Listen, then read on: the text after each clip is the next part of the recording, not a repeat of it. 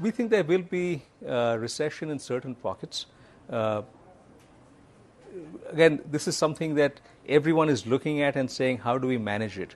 So rising rates have resulted in recessions on numerous occasions in the past 100 years. I think probably on almost every occasion except for 1945. And therefore, the chances of a global recession are high.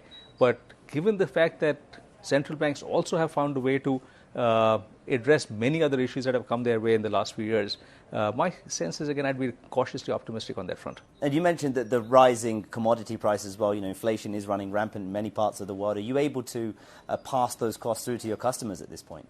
Yes, we have been able to pass most of them to customers. I'd probably say about 80%, 70, 80% as yet. So from that standpoint, it's leading to more inflation, but it's also important for manufacturers like us to ensure that margins are relatively stable. They're not too stable right now, but we'll get there. I want to talk about sort of a business you're focusing a lot on. That's the electric vehicle business at the moment. Just give me your sort of view on the opportunity, particularly in India, because there seems to be a lot of challenges at that point. Charging infrastructure, one of them, the costs of these vehicles, another. So why do you think sort of India is ripe at this point for some sort of electric vehicle revolution? So there are three key drivers for electric vehicles. First is the total cost of ownership. The second is around range anxiety. And third is infrastructure.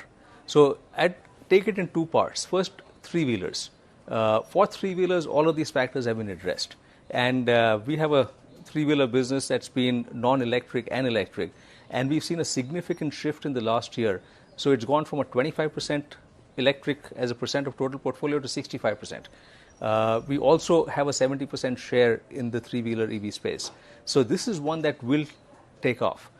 On the four-wheeler, it's going to take a little longer, though we are starting to see signs of very strong momentum. And four-wheelers will require a much stronger infrastructure.